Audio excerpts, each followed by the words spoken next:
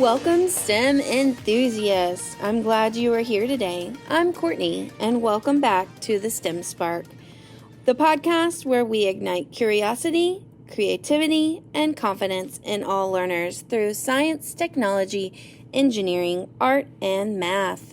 Today, we're going to do 2 product reviews. So one product is something that I have used in my classroom a lot. I love it. I know I love it. The next product was a product that I actually unboxed on YouTube. So if you want to see the unboxing and the original take on the trial of the product, head on over to the STEM Spark YouTube channel where you can watch the episode of the review of this product. But I am going to give you my authentic take on that as well for podcast listeners. Okay, so let's jump into the first product. The first product is magnet tiles. So magnet tiles are these shapes, and they have magnets. They are magic. They have magnets in the edges of them, and so you can put them together in a myriad of ways. The creativity is endless. There's lots of different brands. And so you can just do a quick Google search of magnet tiles and it'll give you different brands. The main brand is called Magnetiles.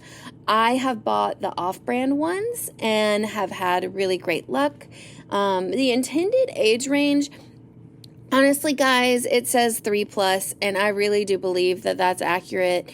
With supervision, could your toddler play with these? Absolutely. You probably just wouldn't want them to chew on them or put them in their mouth, depending on size and such. But with all of my elementary school and middle school students, they love these tiles. I am not kidding you.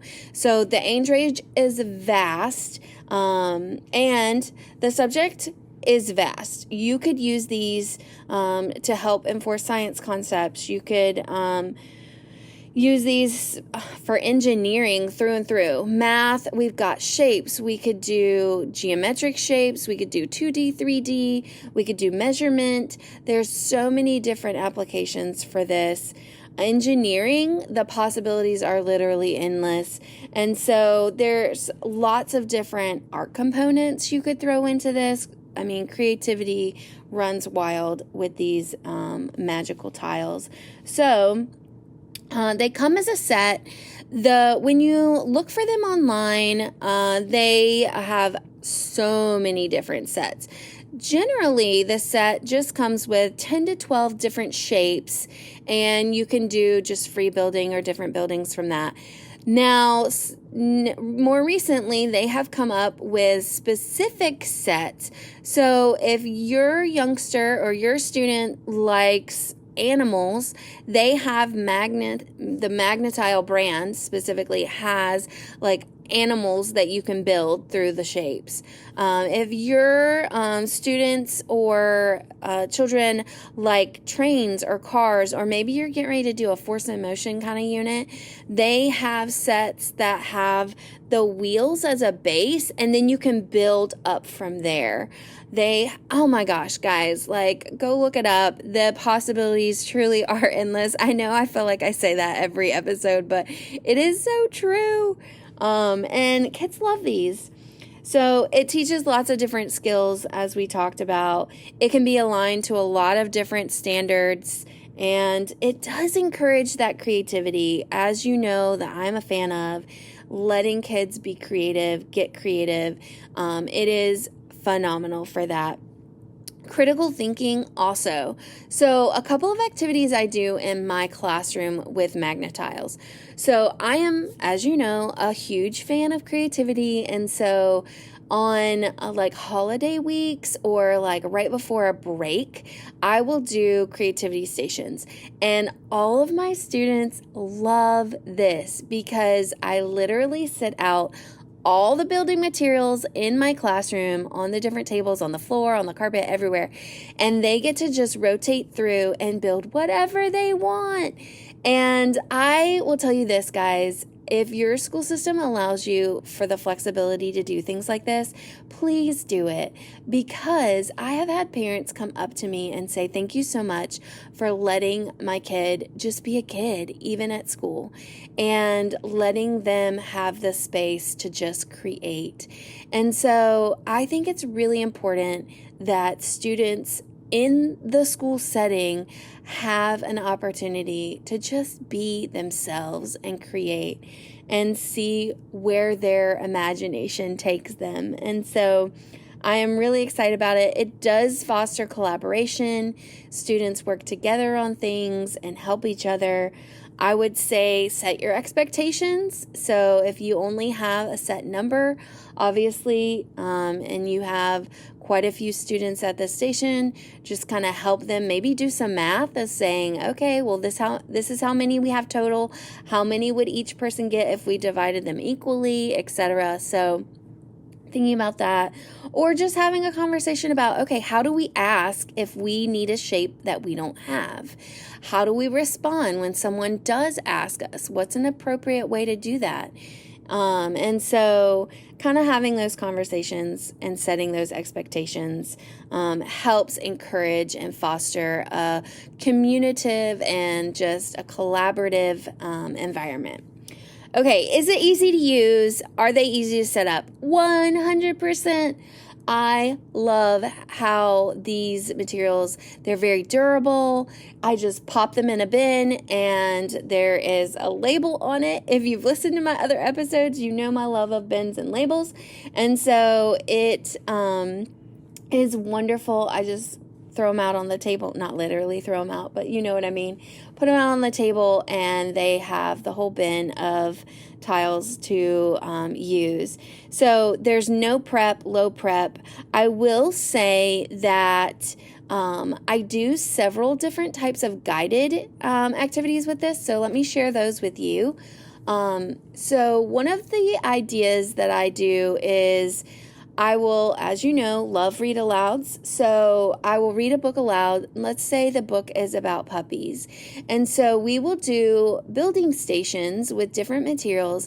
And their prompt is, I just want you to build something related to a puppy. So it just has to relate to dogs. It could be anything. And it is fun to watch them build and how they think about things, and how some get really in depth and some just kind of keep it general. I had a lot of bones by my kindergartners. I had water bowls and collars and toys by some of my older students. And so it was really fun to kind of give them just a general category and watch them really have fun with it.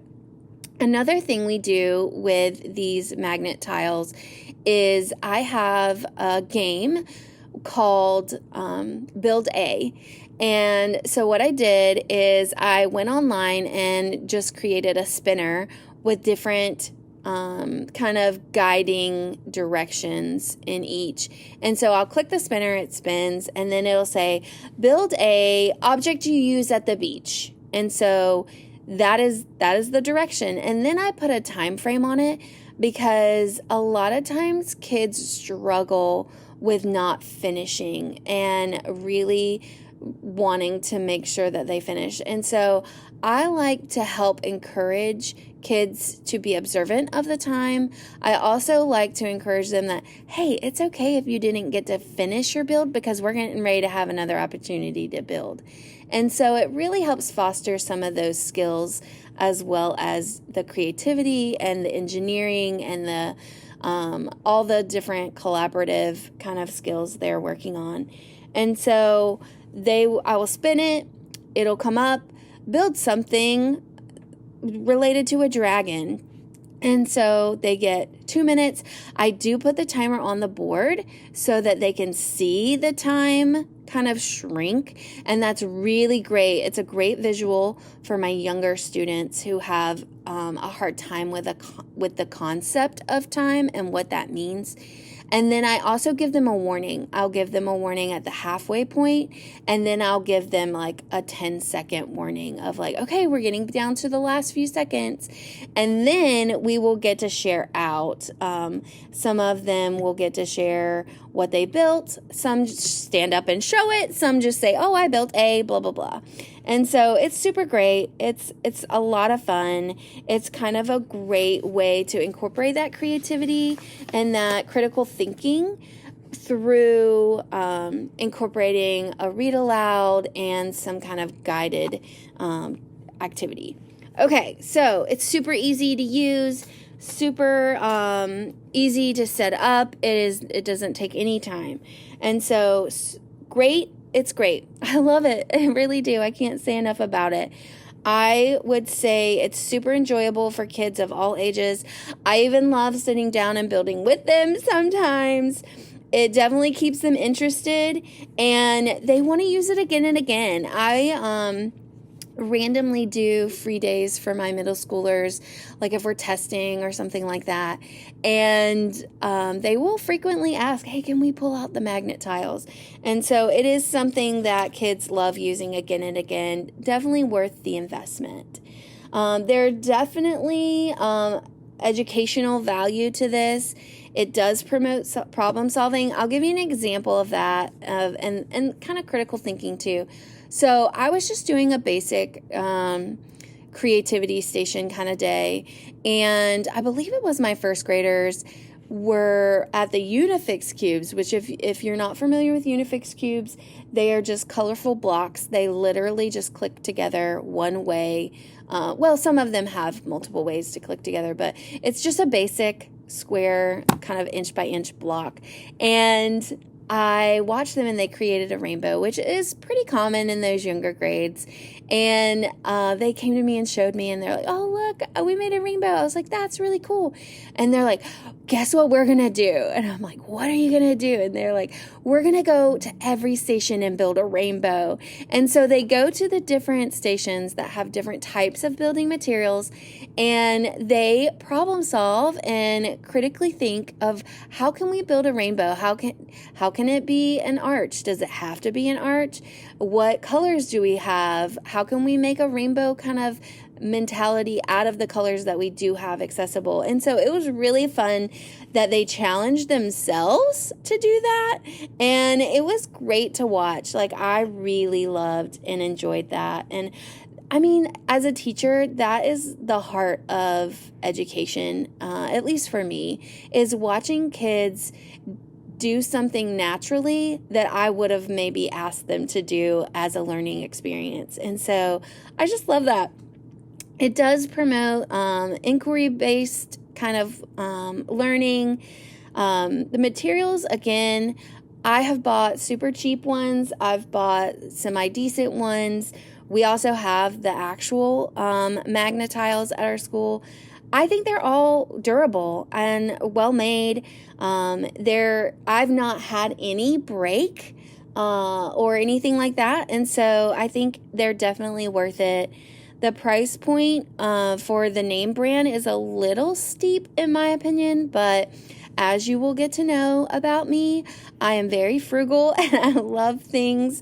I love to get a deal. I love things that are not as expensive. And so I would say if you need a specific kit, it's definitely worth the cost to do it. Like, just kind of bite the bullet and do it, that cliche. But also, you can get sets that are off-brand for cheaper. I will say I have seen them at places like Marshall's or TJ Maxx, where they're like maybe half the price to 2/3 of the price of a regular set. And so that is an option if you have those kind of stores near you. And then I also just found a set of really great magnet tiles at our local bin store. So this is like the Amazon return kind of place where our local store does like $10 day, $8 day, $5 day, etc. And so I found a set of 100 on $10 day, and I scooped it up because that felt like a really good deal to me. So just kind of keep your eyes out. I've also bought them from Temu. I don't know if Temu is really a thing anymore, but I have been satisfied with the quality of that as well. So, not promoting any specific store, but just sharing what I have used and where I have found the products. I would say that this product is very inclusive in the sense of just about anybody can do it. And it's really easy. You don't have to have a ton of depending on your design, a ton of hand-eye coordination or fine motor skills to really get it to work. Now, if you're going to make something 3D, you do have to have a little bit more of that.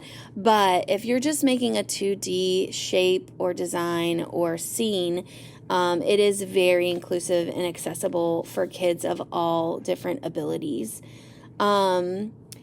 I really don't have any other tips other than the ones that I've shared with you about the games and different kind of strategies I use at incorporating them. I will say in the classroom, the only thing, which if you're a classroom teacher, you already know this. If you're a parent, you already know this too. But if you're new to this arena and you don't know, please, please, please always double check the floor because they will fall off the table all the time.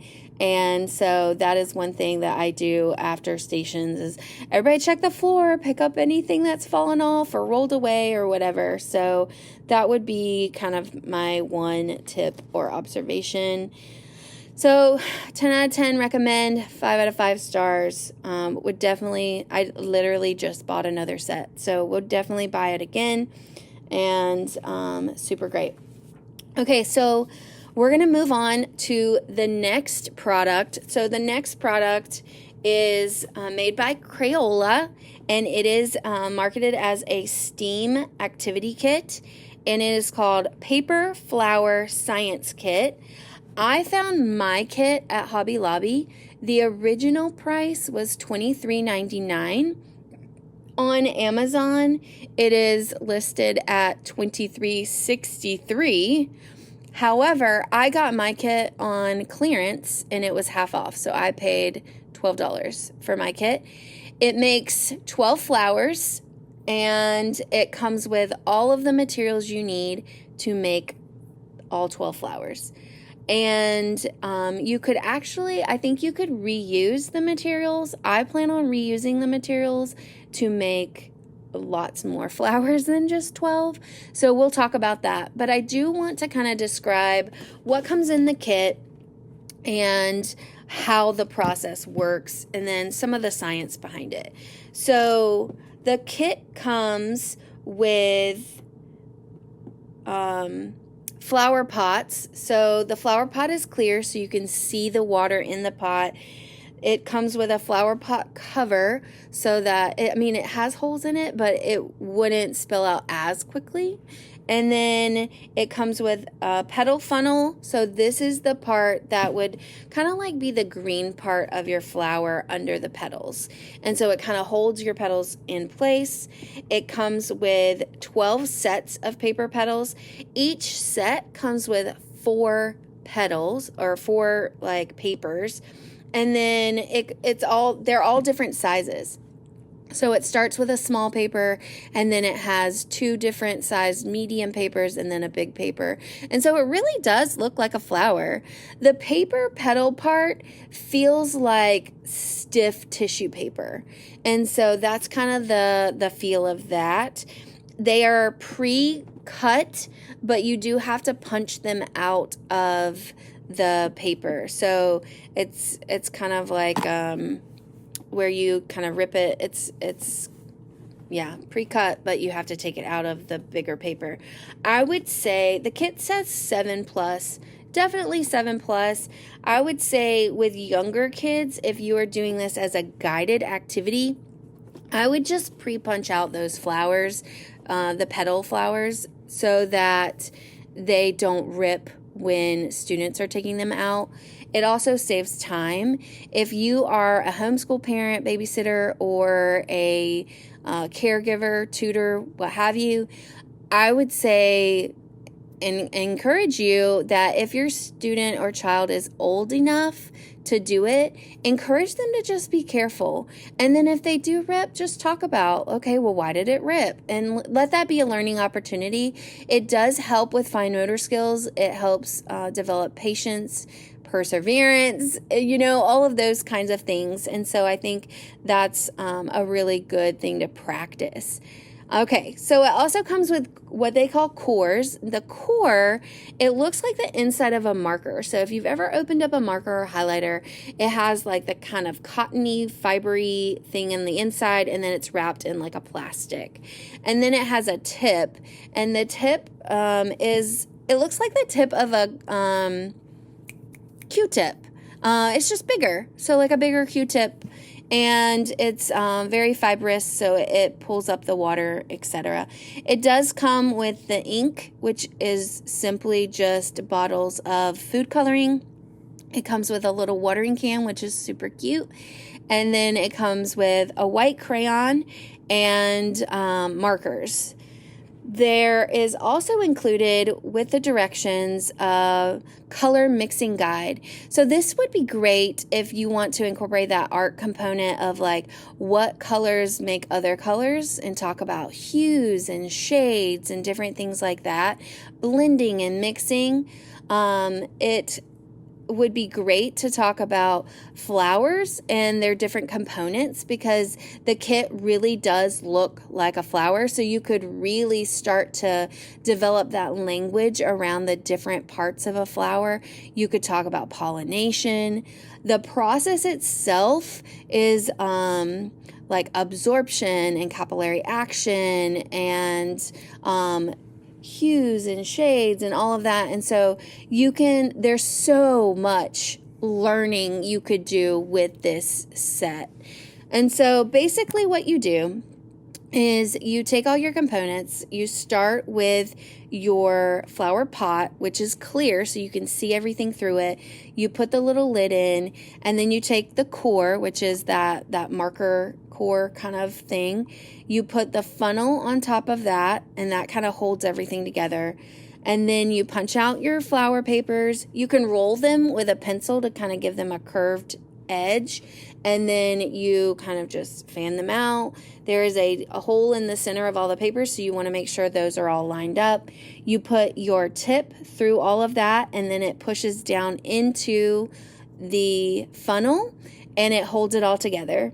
And then you put that inside of your flower pot, and then you use your inks and your mixing guide to pick what color you would like your flower to be, and then you mix it up. Put all the ink inside of the flower pot, and then you just pour water. It does say to use a full watering can. I would say maybe a half to start, and then if you wanted more, you could maybe add a little bit more. But a full watering can is quite a bit of water. And if you're doing this as maybe an hour-long activity or something that you don't want to leave out. Now, if you're at home or a different situation, then you can leave it out and it can absorb for days. In the classroom, I would say I would use half to a third of the amount of water that it says, just because I want to finish this in a timely manner. And so I would say less water is better for my specific application. You do what works for you. And then I would say it takes probably 20 minutes to it starts immediately. So within 5 minutes, you're going to see the color start to absorb up the core into the tip and through the paper. But for a full flower effect, I would say probably 30 minutes to maybe an hour for the full effect. And then obviously, if you left it for days, it would continue to absorb water and do its thing. So let's talk a little bit, now that we know what the product is and how it works, about what I feel about this. So the Crayola STEAM paper flower science kit. I would say the represented age is pretty spot on. I would say depending on your student or your child, it would probably need a little bit of parent help. The core going into the funnel and then the tip going into the funnel probably need a little bit of adult or big kid guidance, but it's not super hard. You just kind of have to press a little bit hard. And I think it would be easy to rip it or break it if you weren't super careful. So I would say components of guided, but 7 to 8, I would say would be relatively independent.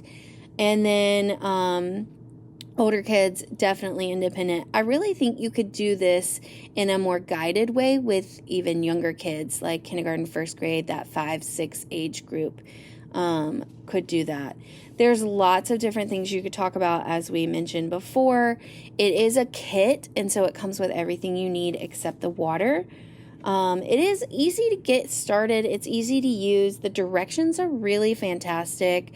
There's so much creativity and critical thinking that you could do. It definitely would involve collaboration. I think having students partner up to do it would be great, or having that kind of either big kid or adult kind of guidance as well. It does not take very long. I would say I made the flower and did it. You can watch the YouTube video, but probably less than 10 minutes. And then it's super enjoyable. I think it's great. It's super fun. I think it would definitely keep students interested, kids engaged. Definitely would probably want to do it again. I imagine that most of my students, once they make one and see kind of how it works, which could even be a demonstration, then they start thinking of like, oh, I could do this and this and this and make it like that. And so I love that kind of more critical thinking component as well. Super fun.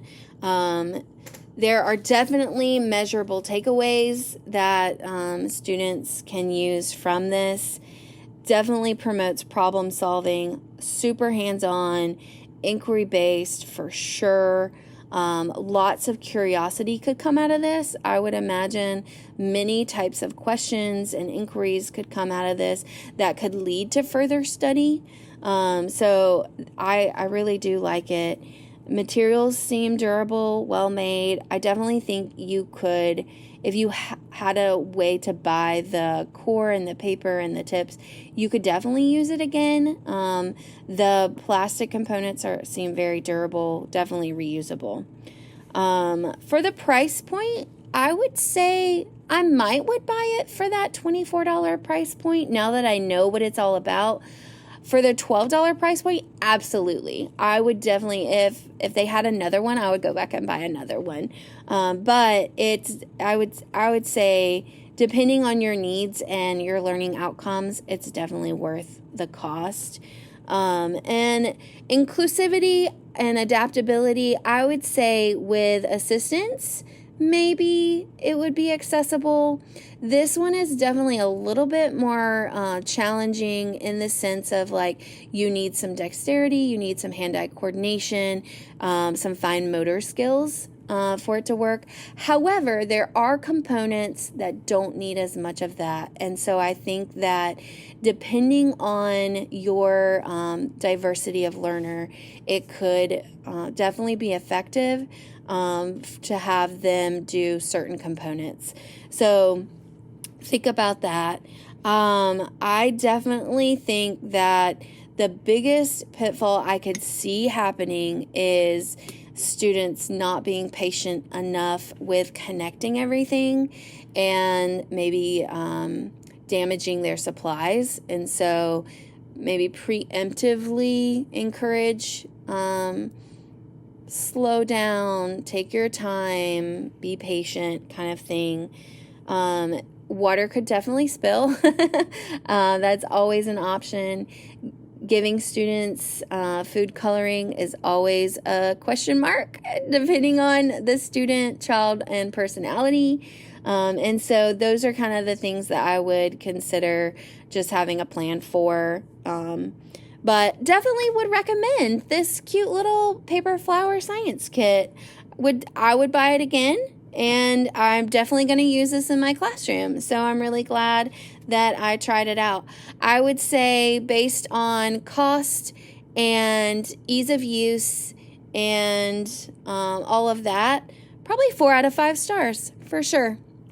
All right. Well, thanks for tuning in. Don't forget to follow the show, leave a review if you're loving it, and share it with a fellow educator, parent, or STEM enthusiast.